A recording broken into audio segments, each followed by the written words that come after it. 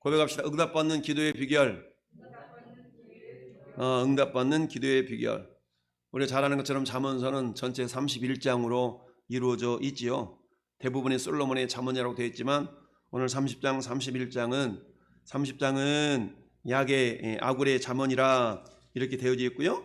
31장은 르무엘 왕에 대한 그런 잠언이죠. 르무엘 왕이 구체적으로 누군지는 모르지만 아무튼 이름이 나와 있습니다. 아굴이라는 사람도 모으는 자, 소집하는 자라는 이름의 뜻이 있지만 구체적으로 이 사람이 누구인지는 알 수가 없습니다. 1절은 이렇게 얘기하고 있죠. 이 말씀은 야게의 아들 아굴의 잠언이니. 이 야게의 아들, 야게라는 것은 경건하다, 순종적이다. 한마디로 말하면 아굴이라는 사람은 경건한 집안의 자손인 것은 분명합니다. 그러니까 경건한 집안의 자손으로서 이처럼 잠언을 기록함으로 말미암아 교훈을 이루고 어떻게 하면 더욱더 하나님을 잘 섬기는 가문이 될까라는 이 교훈을 보니까 그가 이디엘 곧 이디엘과 우갈에게 이른 것이니라. 개인적인 일종의 서신과 같은 그런 교훈집이다라고 말할 수가 있습니다. 그러면서 오늘 우리가 함께 읽은 본문을 통해서 응답받는 기도의 비결이라는 제목으로 우리가 함께 말씀의 은혜를 나누기를 원합니다. 자, 2절부터 4절까지는 인간의 연약함에 대해서 말씀하고 있습니다. 인간이 얼마나 연약한가. 나는 다른 사람에 비하면 짐승이라. 내게는 사람의 총명이 있지 아니하니라. 나는 지혜를 배우지 못하였고 또 거룩하신 자를 아는 지식이 없거니와. 그러면서 인간의 연약함에 대해서 이렇게 고백하고 있습니다. 자, 5절 6절은 뭡니까? 하나님 말씀의 절대성에 대해서 말씀하고 있죠.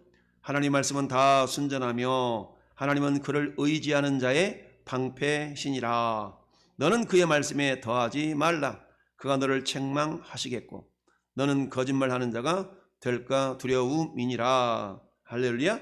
이처럼 하나님의 말씀에 대한 굉장히 어떤 완전성에 대해서 이처럼 기록을 하고 있습니다. 마치 디모데후서 3장 16절을 보는 것 같습니다. 모든 하나님 말씀은 성령의 감동으로 된 것으로 교훈과 책망과 바르게 함과 의로 교육하기에 유익하니 모든 사람을 선한 일을 행할 능력을 갖추게 하라 함이라 라고 말씀하고 있죠. 그러니까 이 하나님의 말씀 자체가 하나님이요, 말씀 자체가 능력이기 때문에 우리는 이렇게 고백할 수가 있죠. 이런 믿음을 가지고 있었던 이 아굴이라는 사람이 오늘 7절, 8절, 9절에 이렇게 고백하고 있습니다. 내가 두 가지 일을 주께 구하였사오니 내가 죽기 전에 내게 거절하지 마시옵소서. 이건 뭐겠습니까? 간절한 기도의 모습이죠. 야, 하나님, 내가 정말 많은 기도 제목이 있지만 그 가운데 특별히 두 가지를 중요하게 여기면서 내가 구합니다. 그러니까 내게 거절하지 마시옵소서. 반드시 응답해 달라는 그런 어떤 사모함과 간절함의 고백이죠. 그 두 가지가 뭡니까? 자, 하나는 곧 헛된 것과 거짓말을 내게서 멀리 하옵시며. 헛된 것, 거짓말, 이것은 근원이 어디 있어요? 우리 마음에 있죠. 첫 번째 기도의 내용은 뭐예요? 우리 마음 중심으로부터 나타나는 것들이 헛되지 아니하고 거짓말이 아닌 그런 진정성이 있는, 우리가 하나님의 백성으로서 성경 크게 악인과 죄인, 이 두 가지를 구별하는 경우가 많죠. 의인, 죄인, 의인과 죄인. 의인이라는 것은 뭡니까? 철저하게 하나님의 말씀을 의지하면서 말씀에 따라 살아가려고 하는 그런 사람을 주님은 의인이다 라고 표현하는 경우가 대부분이죠.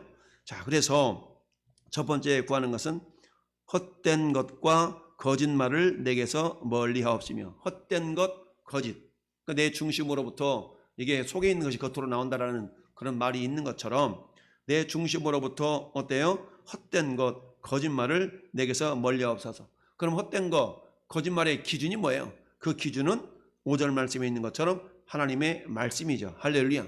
그러니까 내 안에 분명한 기준이 있지 않다 그러면 이럴 때는 이렇게 말하고 저럴 때는 저렇게 말하고, 이렇게 얘기했다고도 그것이 아닌가 봐, 저것인가 봐, 저렇게 얘기했다고도 저것이 아닌가 봐, 이것인가 봐. 우리는 지난 대선 기간 동안에 많은 대선 후보자들이 어떤 그런 말들을 들어왔습니다. 그 말들 중에 많은 부분들이 거짓말이었다는 것이 우리는 확인이 되죠. 왜 그래요? 분명한 기준이 없기 때문에 그렇다는 얘기죠. 그런데 하나님의 말씀은 다 순전하며 하나님은 그를 의지하는 자의 방패시라. 너는 그의 말씀에 더하지 말라.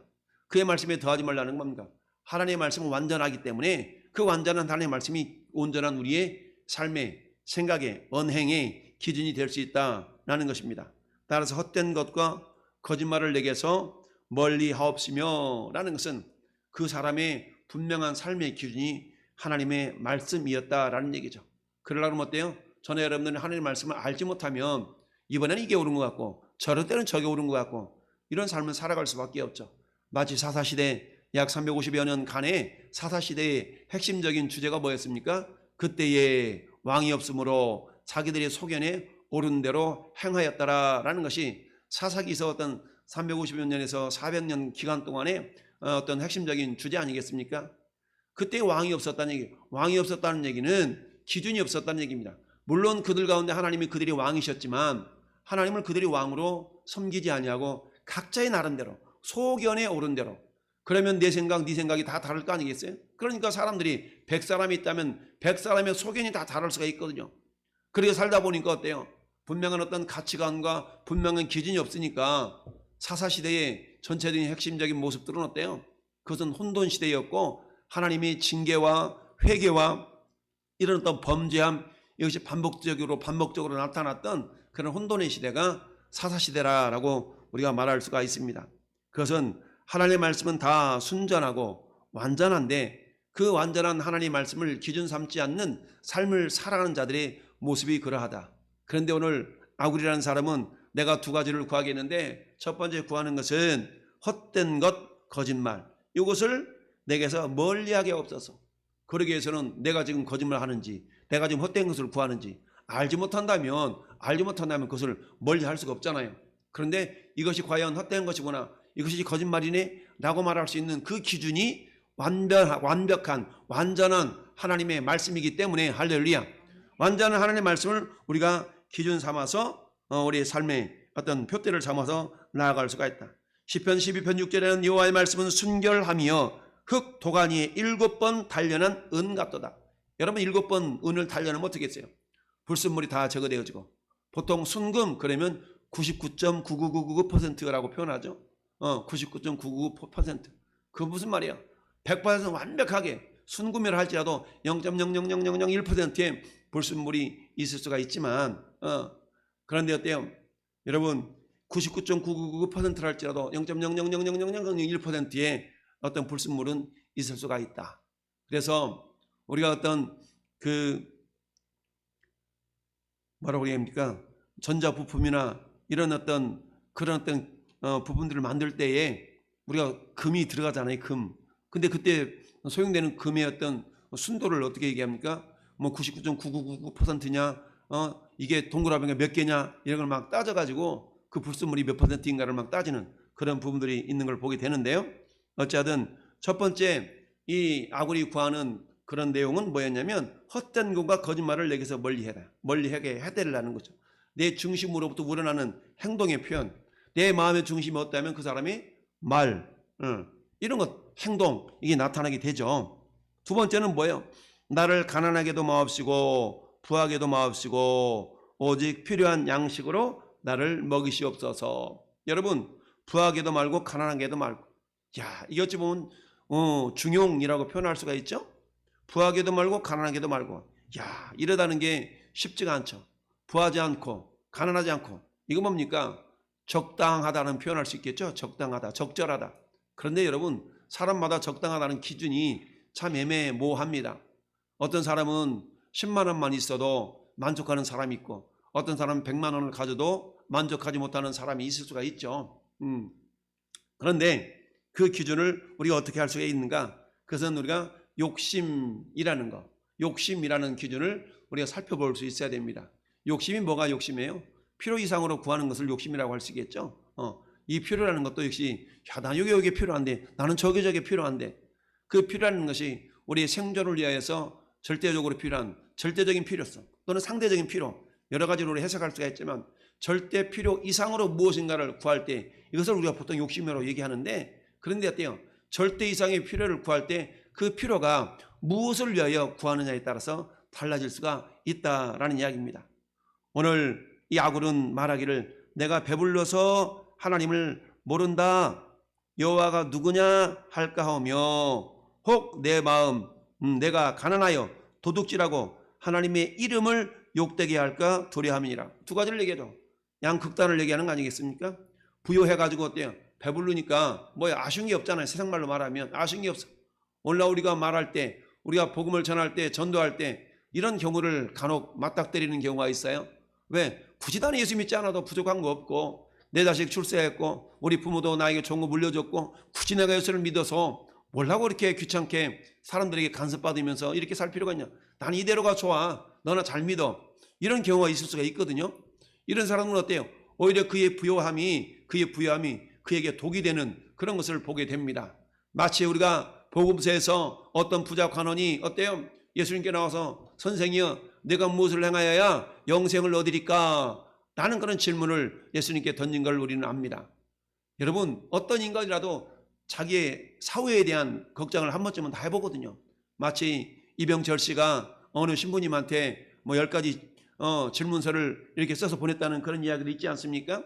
천국과 지옥이 있습니까? 죽으면 어떻게 됩니까? 이런 질문거리에 대해서 답을 받지 못하고 죽었다라는 그런 비하인드 스토리도 있고 그러는데 누구나가 그런 궁금증을 갖게 됩니다. 어떤 부자 간원이 젊은 사람이었는데 부자였다는 얘기죠. 예수님께 와서 영생에 대한 궁금증을 가졌어요. 어떻게 해야 내가 무엇을 해야 영생을 얻으리까?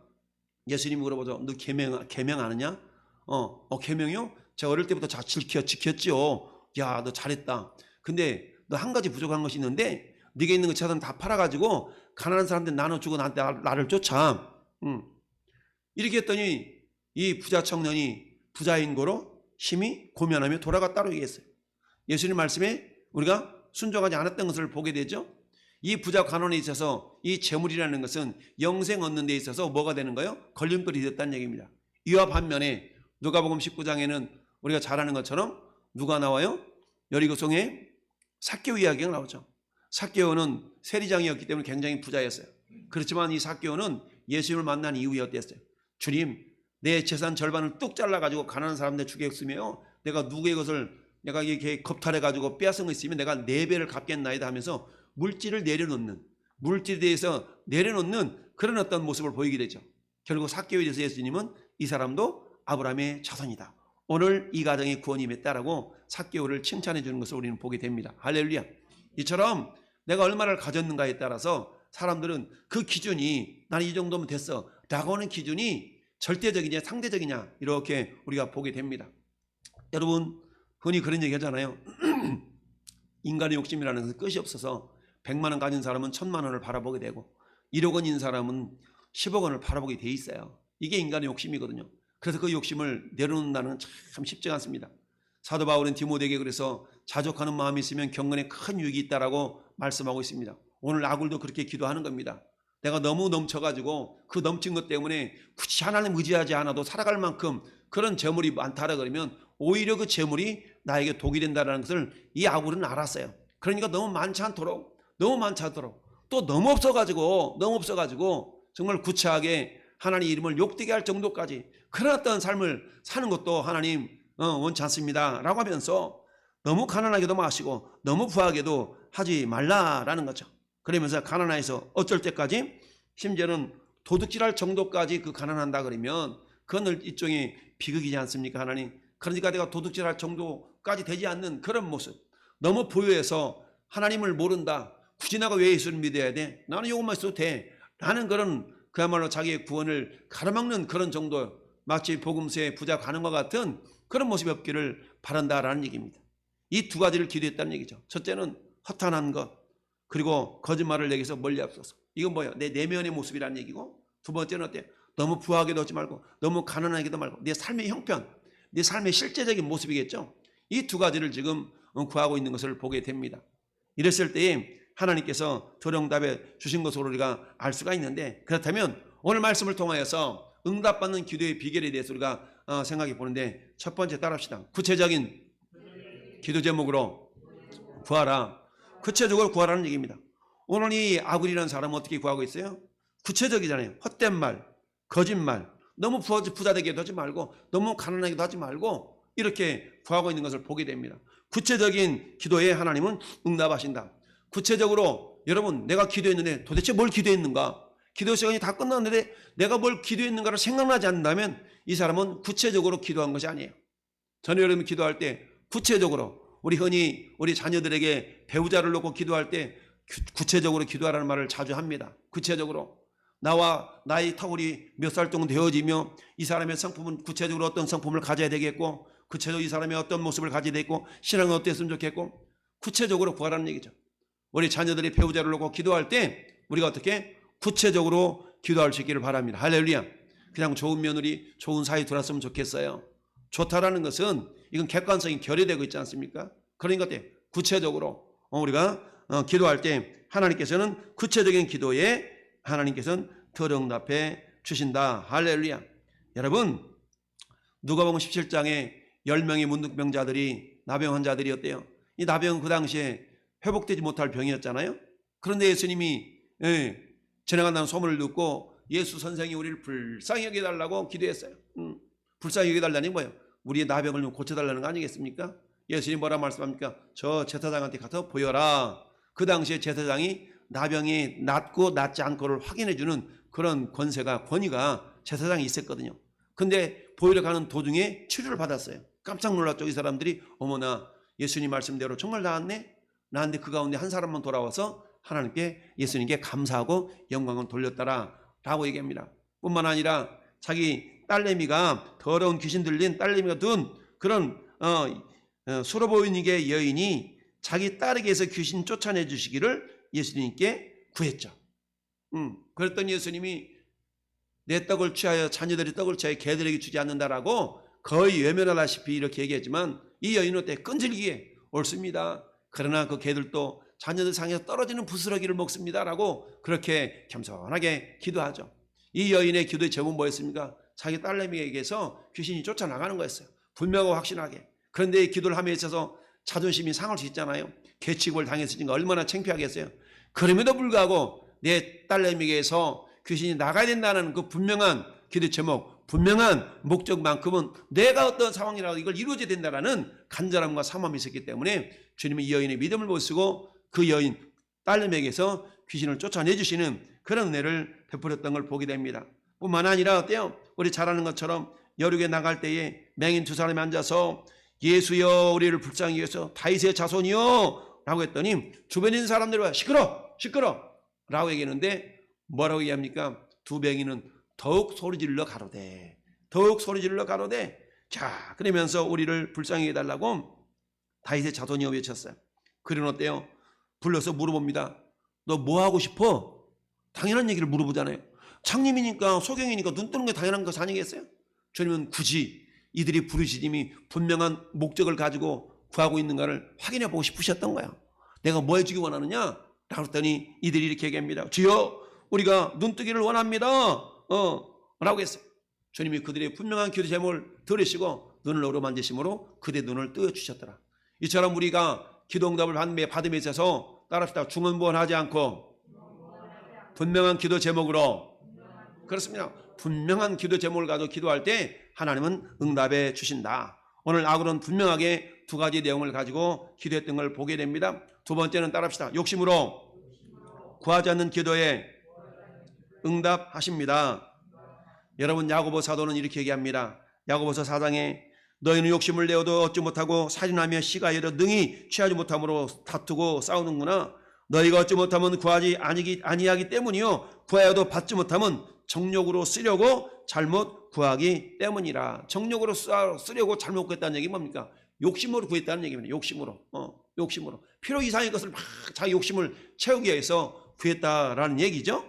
따라서 두 번째 욕심으로 구하지 않는 기도에 하나님은 응답하신다라는 얘기입니다. 여러분 야곱이 창세기 28장에 보면 자기 형 에서를 피해서 저기 외삼촌집 밧단아람으로 도망가는 과정 속에서 베델에서 그야말로 돌베개 잠자고 있다가 하나님께 기도하는 모습이 나오는데 야곱이가 이렇게 기도합니다.